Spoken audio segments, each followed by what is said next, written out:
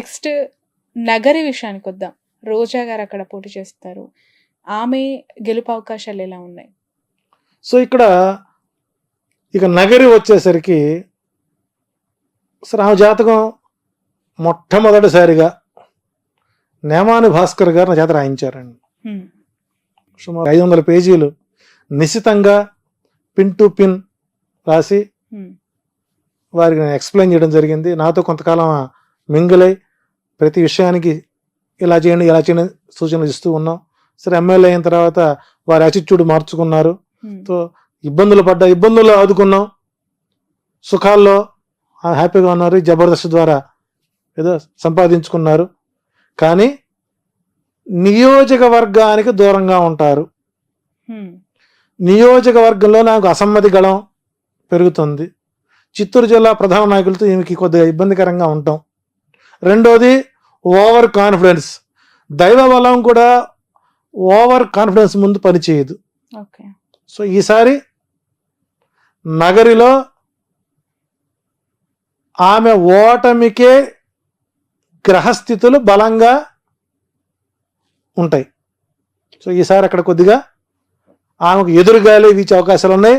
ఏదన్నా చేసిన పూజలు పునస్కారాలు ఏదన్నా ఫలిస్తే అప్పట్లాగానే 1200 ఓట్లతోనో 2000 ఓట్లతోనో గెలిచే అవకాశం ఉంటుంది. ఇంత చరిష్మాలో కూడా ఆమె గెలవకపోతే ఇంకా ఆమె దురదృష్టంగా మనం లేరచ్చు. నా అంచనా ప్రకారం నగరిలో రోజా ఓటమి ఖాయమైంది.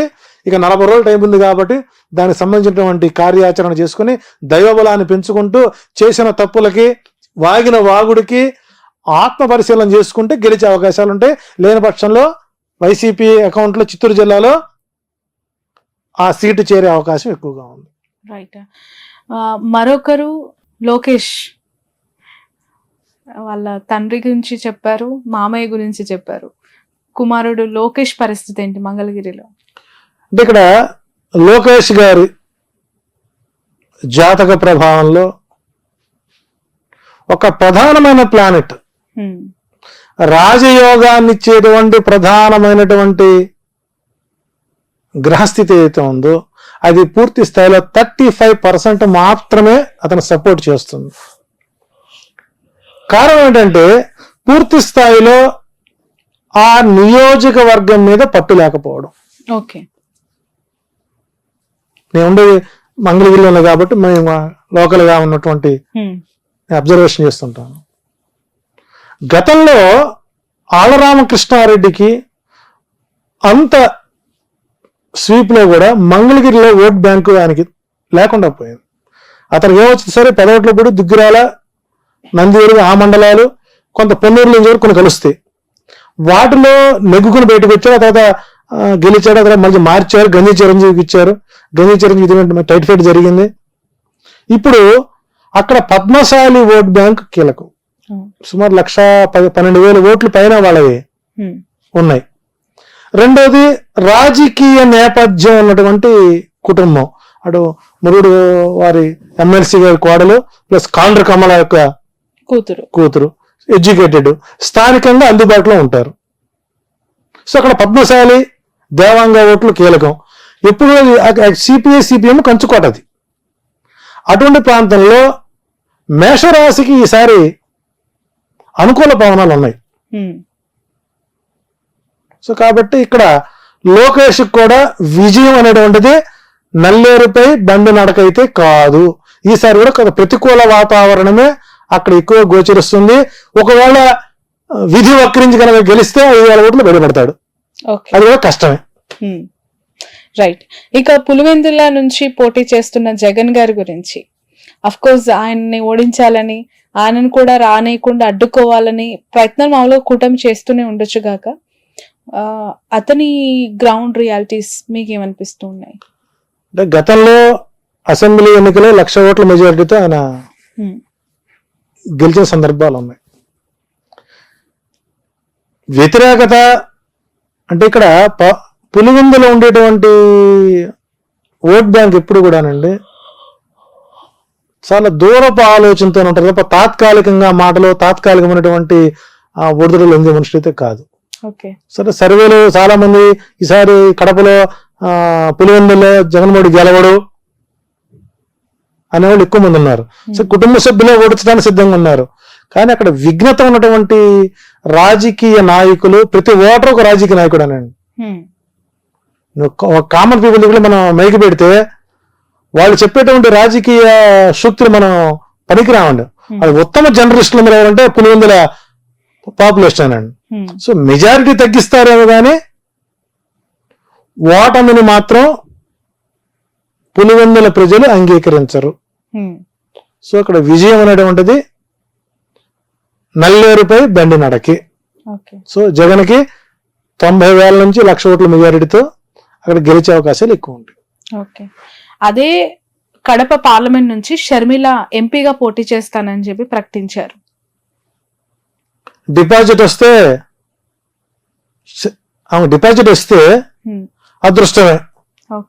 ఒకటి గుర్తుపెట్టుకోండి, రాజశేఖర్ రెడ్డి గారి కుటుంబానికి ఉన్నటువంటి పరువు ప్రతిష్టల్ని వైఎస్ షర్మిల ఏంటండి, దశరథ మహారాజు కూటమికి వెళ్ళినటువంటి వశిష్ఠుడు సీతాదేవిని పిలిచి అమ్మా నీ భర్త ఎవరు అని అడిగాట. ఎవరు అని అడిగితే ఆమె ఏం చెప్పుకుంటుందండి, రావణుడు అమ్మగుడని చెప్పుకుందా? చెప్పలేదు. అయితే మాయే జనక మహారాజు అని చెప్పుకుందా? లేదు. నేను దశరథ మహారాజు గారి కోడలండి అని చెప్పింది. దశరథ మహారాజు కోడలు అంటే నీకు పెళ్ళైనా నీవు నీ ఇంటి పేరు మార్చుకోకుండా నీ పుట్టింటి పేరునే పెట్టుకొని కట్టుకున్న మొగుడు యొక్క కుటుంబం యొక్క పేరు ప్రతిష్టలకి భంగం కలిగించే విధంగా నువ్వు వైఎస్ పేరు ఇంకా నువ్వు వాడుకుంటున్నావంటే ప్రజలు అక్కడ పిచ్చోళ్ళేం కాదండి. నిజంగా ఎప్పుడైతే ఈ కాంగ్రెస్ పార్టీలో చేరిందో ఆ రోజే నిజంగా రాజశేఖర రెడ్డి మరణించిన రోజు అండి మనకు. కాబట్టి అక్కడ ప్రజలు షర్మిలను రాజశేఖర రెడ్డి కూతురుగా మరిచిపోయారు. ఆమె ఒక డిపాజిట్ వస్తే ప్రజలు ఆమెను సమర్థిస్తారు. ఆమె డిపాజిట్ కూడా రాదండి అక్కడ. ఇప్పుడు జగన్మోహన్ రెడ్డి గారి ప్రభుత్వం అనుకూలంగా ఉంది రావటానికి 109 నుంచి 107 నుంచి 118 సీట్ల వరకు వస్తుంది. అది ఏ రకంగా ప్రిడిక్ట్ చేశారు? జగన్మోహన్ రెడ్డి జాతకం చూసా, లేదంటే ఆయన పుట్టిన birth year and date of birth తోనా, లేదంటే ఈ కూటమిలో ఉన్న ఈ కలిసిన ముగ్గురు లీడర్ల జాతకం బట్ట? ఇక్కడ 175 స్థానాలు, ఏ స్థానానికి ఆ స్థాన బలం. ఉదాహరణకి నెల్లూరు పార్లమెంట్ ఉంది. 1952లో ఎస్టాబ్లిష్ అయినటువంటి నెల్లూరు పార్లమెంట్ ఎంపీ సీట్. ఆ రోజు ఉన్నటువంటి ప్లానటరీ పొజిషన్ ఏంటి? యాజ్ పర్ యాజ్ మేధిని జ్యోతిష్యం ప్రకారం ఒక రాజకీయ ప్రొడిక్షన్ చేయాలి అని అంటే ఆ ప్రాంతం ఎప్పుడు ఎస్టాబ్లిష్ అయింది, ఆనాటి గ్రహస్థితులు ఏంటి, ఆనాటికి ఇప్పుడున్నటువంటి రాజకీయ నాయకుల యొక్క గ్రహస్థితులు ఏంటి, పార్టీ ఆవిర్భావం ఏంటి, వ్యక్తిగత జాతకం ఎంతవరకు దోహదపడుతున్నటువంటి నిర్ణయాలు తీసుకున్నట్లయితే 2019లో 151 సీట్లకి ఆ భూమండలం ఆయనకు యోగించింది. సో 5 సంవత్సరాల సమయంలో ఆ గ్రహస్థితిలో అనేక రకాల మార్పులు వచ్చేసరి గురుమూడమే, శుక్రమూడమే, సూర్యచంద్ర గ్రహాలు ఎక్కువ ఉన్నాయి, ముహూర్తాలు లేకపోవడం, కొంత అనుకూల గ్రహస్థితులు అనుకూల వాతావరణం లేకపోవడం, 2 శుభగ్రహాలకి 7 పాపగ్రహాలకి ఆధిపత్యాలు రావడం పూర్తి స్థాయిలో రాజకీయం మీద ప్రభావం పడుతుంది. 400 ఎంపీ సీట్లు కావాలనుకుంటున్న మోడీ గారికి కూడా ఈసారి ఎదురైతే ఎక్కువగా ఉంటుంది. 270, 280 వచ్చి అయిపోతాడు ఆయన కూడా. ప్రాంతీయ పార్టీల హవాలు ఎక్కువ అవుతాయి. సో కాబట్టి ఒక నియోజకవర్గంలో విజయ అవకాశాలు నిర్ధారణ చేయాలంటే ప్లస్ ఆ ప్రాంతంలో ఉండేటువంటి రేఖాగణితం మీద, లాంగ్ లాచిట్యూడ్ మీద, ఆ వ్యక్తి యొక్క అభిప్రాయం, ఆ పార్టీ యొక్క బలం ఆ ప్రాంతాన్ని క్రోడీకరించుకున్నప్పుడు మాత్రమే చేయం. కాబట్టి రూరల్ ప్రాంతాలు, ఏదైతే సముద్ర తీర ప్రాంతాలు ఉన్నటువంటి 900 కిలోమీటర్లు ఏవైతే ఉన్నాయో, రేడియస్ అవుతుందో, సముద్ర మట్టానికి 180 అడుగులు ఎత్తున్నటువంటి ప్రాంతాలు ఏవైతే ఉన్నాయో, ఇవన్నీ కూడా జగన్మోహన్ రెడ్డికి మేజర్ ప్లస్ గా మారుతున్నాయి. కాబట్టి విజయం, పార్టీ విజయానికి అవకాశాలు ఎక్కువగా ఉన్నాయి. సో ప్రతికూల వాతావరణంలో ఈ రోజున గనక ఇప్పటికిప్పుడు చంద్రబాబు నాయుడు గారు లింగమనేని రమేష్ ఇల్లు గనక వదిలేసి, అప్పట్లో నేను బస్సులో పడుకున్నాను, బాత్రూంలో పడుకున్నాను చెప్పుకున్నాడు కదా, అట్టాగే పడుకుంటూ ఆయన పార్టీ ఆఫీసులో కానీ లింగమనేని ఆక్రమిత స్థలంలో కానీ బి ఫారం ఇస్తే ఓటమి పాలయ్యే వాళ్ళు 112 మంది ఉంటారండి. ఈ బి ఫారం ఇచ్చే వరకు వీళ్ళు ఉంటారని నమ్మకం లేదు, కొత్త వాళ్ళు వస్తారు రాకపోరని నమ్మకం లేదు. సో కాబట్టి మేధి దేశం ప్రకారం జగన్మోహన్ రెడ్డి డైమండ్ షేప్ లో ఆయన వజ్ర వ్యూహాన్ని అవలంబిస్తున్నారు. ఆ వజ్ర వ్యూహం ఎఫెక్ట్ ప్రతిపక్ష కూటమిపై పడింది కాబట్టి ప్రతిపక్ష కూటమి ఎనగలు చేసేటువంటి తప్పులే జగన్మోహన్ రెడ్డి విజయానికి పునాదులు అవుతాయని చెప్పొచ్చు. సింపుల్ గా చెప్పాలంటే వాలంటరీ వ్యవస్థ. నిన్నటిదాకా ప్రభుత్వపు సర్వెంట్స్, ఈ రోజున వాళ్ళు ఇండిపెండెంట్ క్యాండిడేట్స్. అప్పుడు ఆల్రెడీ మొదలు పెట్టారు, మేము ఫంక్షన్ ఇద్దాం అనుకున్నాం, చంద్రబాబు గారు సగ్గడ్డల రమేష్ గారి చేత ఈసీ కంప్లైంట్ ఇచ్చారు కాబట్టి మేము మీకు ఇవ్వలేకపోతున్నాం, ఇకపై మీకు సంక్షేమ పథకాలు రావు, దానికి మీ చంద్రబాబు గారు అడ్డుపడుతున్నారు కాబట్టి సంక్షేమానికి చంద్రగ్రహణం పట్టింది అని ఇప్పుడు స్వతంత్రంగా చెప్పే అవకాశాన్ని, ఒక కార్యకర్తగా మారే అవకాశాన్ని ఇచ్చింది ఎవరండి? చంద్రబాబు కదా. శ్రీకాళహస్తిలో బొజ్జల కొడుకు ఎమ్మెల్యే ఆస్పిరెంట్ వాలంటీర్లు ఉగ్రవాదులుగా పోలిస్తే గట్టి చట్నీ అచ్చెన్నాయుడు, అది ఆయన వ్యక్తిగతం, పార్టీకి సంబంధం అంటే ఆయన పొడి చేసే ఏ పార్టీ నుంచి? పొద్దుటూరులో ఒక తిరుగుబాటు బావుట ఎగరేసేటువంటి ఒక తెలుగుదేశం రెబల్ క్యాండిడేట్ వాలంటీర్లు గుడలేసి బజారు మీద కొడతాం, అది మీకు మైనస్ కాదా? ఆడవాళ్ళని ఎక్స్పోర్ట్ చేస్తున్నారు అని పవన్ కళ్యాణ్ మాడతాం ఎఫెక్ట్ కాదా? 2,30,000 మంది వాలంటీర్లు వాళ్ళ కుటుంబ సభ్యులు ఎంతమంది ఉంటారండి?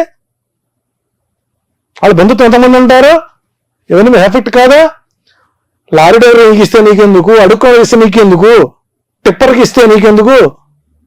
అంటే జగన్మోహన్ రెడ్డి వేసినటువంటి వజ్రాయుధంలో వ్యూహంలో కూటమి ఇరుక్కొని వాళ్ళు చేసే తప్పులు ఎదుటి వారికి విజయ అవకాశాలు వారికి వారే అందిస్తున్నటువంటి తరుణంలో జగన్మోహన్ రెడ్డి గారి విజయం సునాయాసం అవ్వచ్చు.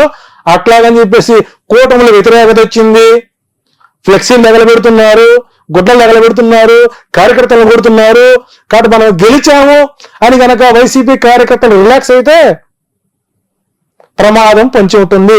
ఈ నిర్లిప్తత, ఈ అసహాయత, ఈ తిరుగుబాటు, ఈ ఉద్యమాలు, ఈ కొట్లాటలు, ఈ తగలబెట్టుకోటాలు ఇవన్నీ చంద్రబాబు నాయుడు ఆడేటువంటి ప్లాన్ సి.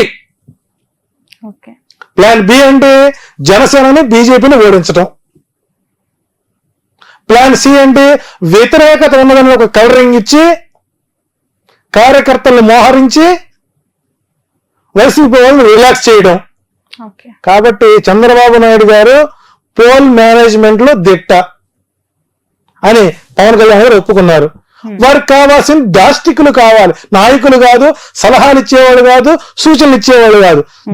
చూడండి ఆ వీడియో చూడండి మీరు. నాకు దాష్టికులు కావాలి అంటే రౌడీ మొక్క కావాలి, తగలబెట్టేవాళ్ళు కావాలి, మడ్రలు మానభంగాలు చేసేవాళ్ళు కావాలి, లూటులు చేసేవాళ్ళు కావాలి. వీళ్ళ మన కర్మ రాజకీయ నాయకులు. సో కాబట్టి సంక్షేమమే జగన్కి శ్రీరామ రక్ష.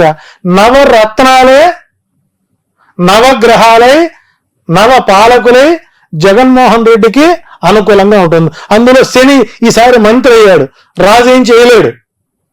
సస్యాధిపతి, రసాధిపతి, అర్ఘ్యాధిపతి, సైన్యాధిపతి శని అయ్యాడు.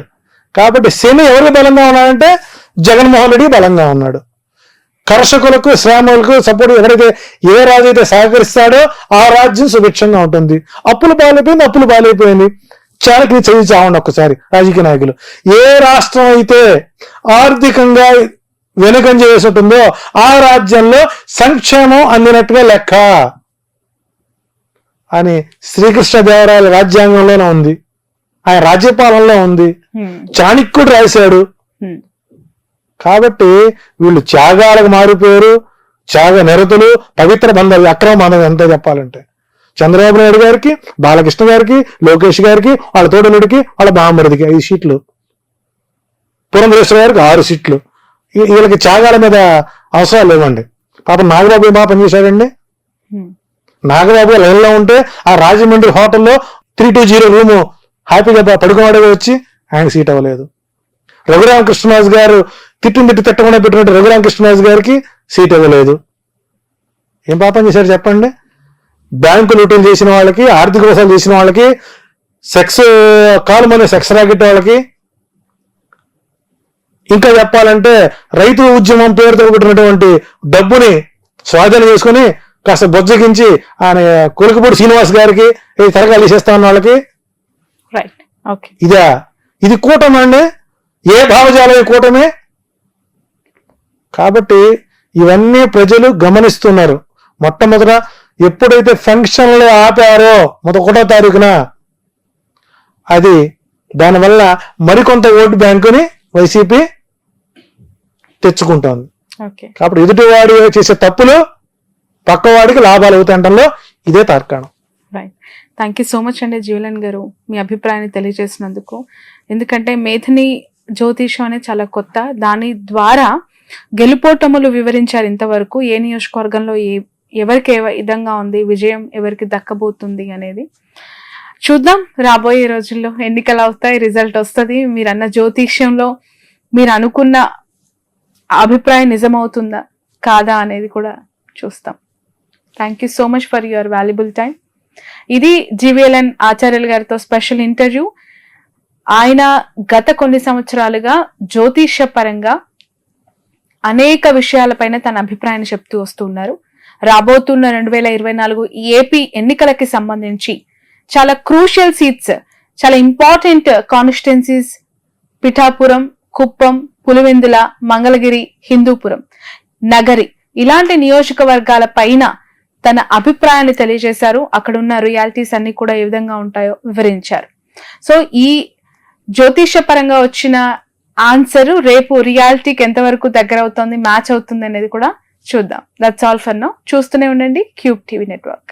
ఇప్పుడు ఆపరేషన్ లేకుండానే మోకాళ్లకు ప్లాస్మా ట్రీట్మెంట్, మీ ఆర్థోపెడిక్ సమస్యలన్నిటికీ రోబోటిక్ టెక్నాలజీ ద్వారా తక్కువ ఖర్చుతో శాశ్వత పరిష్కారం, ఫ్రీ కన్సల్టేషన్, ప్రతి ట్రీట్మెంట్ పై 20% డిస్కౌంట్. ఈ ఆఫర్ కొద్ది రోజులు మాత్రమే, త్వరపడండి. V9 hospitals 9281465842.